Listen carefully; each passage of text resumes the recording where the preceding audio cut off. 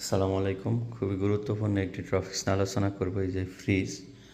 ফ্রিজের ড্রয়ার থাকলে আসলে কী কী ধরনের সুবিধা পাওয়া যায় সেটা। এখন বাজারে দেখা যায় যে ম্যাক্সিমাম ফ্রিজই ড্রয়ার ছাড়া।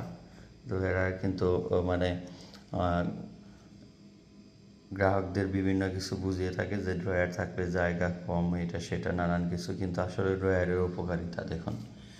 যে এইখানে ধরুন যে এই ফ্রিজে 3টা ড্রয়ার আছে, ঠিক আছে। তো এখন ড্রয়ারে খাবারগুলো এই যে এটার মধ্যে মানে ফুড আইটেমগুলো রাখা আছে, ঠিক আছে। ধরুন যে যেগুলো মানে মাছ মাংসের সাথে মিশে যাবে না।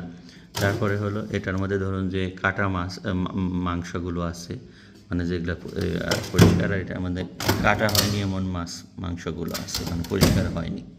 তো তাহলে 3টি ড্রয়ারের মধ্যে কিন্তু 3 ধরনের প্রোডাক্ট আমি আলাদা আলাদাভাবে রাখতে পারলাম।